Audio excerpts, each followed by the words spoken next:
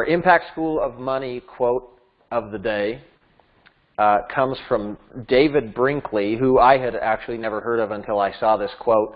And he was actually a news anchor for a really, really, really long time, like decades and decades and decades. And he said, for our money quote of the day, said, a successful man is one who can lay a firm foundation with the bricks others have thrown at him. And so you may read this quote and you think, well, what does that have to do with money? You know, what's really interesting is you interview or listen to interviews of successful people, and the road to success and the road to savings and the road to freedom, financial freedom, is not an easy road. It's not a road with no hurdles. It's not a road with no challenges. And so whether we're looking at it from a success standpoint or from a just a savings or debt freedom standpoint, let's take debt for example. Let's say that success, in this context of this quote, success for me is going to be becoming debt-free. And if that's the success, along the way, bricks are going to be thrown at me. People that, you know, have tried to get out of debt before too. And you know what's really interesting about any money goal whatsoever, debt goal, money goal, savings goal, business goal, that it seems like no matter what we throw out there to the universe or what we throw out there, especially if it's to other human beings, how surprisingly discouraging most people are. It's almost very rare that you run into somebody that you state your intention to become debt-free or financially independent or start that business or whatever, that people just don't start throwing rocks at you. It's very rare I mean, it would almost be surprising if people didn't do that. You shouldn't be surprised if people do. You should be surprised if people don't. But if people don't, and the people around you are encouraging you towards that goal, you're probably in a really good crowd. Because typically people don't surround themselves with higher thinkers. They surround themselves with lower thinkers because maybe they want to be the smartest person in the group or look like they're the smartest person in the group, or they just attract people that are like them. And most people aren't positive thinkers who go for big things. And so say someone has $100,000 of debt and they say, you know, I'm going to knock this out in 2 years, but they only make $50,000 a year.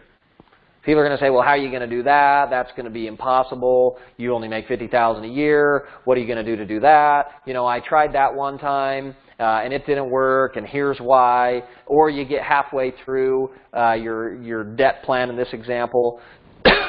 You get halfway through, and suddenly something comes up where the only way to solve the problem maybe is to go into more debt. And so then you start thinking, this isn't going to work. You start getting discouraged. Well, discouragement is just one of the steps in the many steps towards your goal. It's not the end. It's not final. It's not fatal. It's just one of the steps. And so then it's just forging through and building that foundation with the bricks that are being thrown at us when it comes to saving money. But almost more so when any intention is stated to do something bigger than the current environment that we're in, those that dwell with us in that current environment don't want us to get out of that environment because they're comfortable with us in their environment. You know, have you ever thought when you state a big goal to get out of debt or save a lot of money that currently you are in someone else's comfort zone?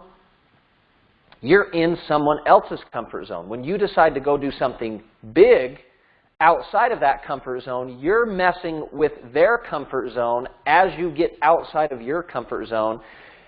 And even though you've decided that you want to get outside of your comfort zone, they haven't decided they want you outside of theirs.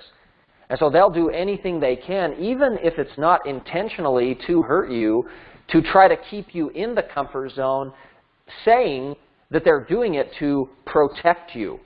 You know, any parent I mean, my parents did that to me. But then thinking about it, defending their position, if if I had kids that, you know, stated some of the things that I stated, it might make me a little nervous too, right? But then we accomplished it anyway.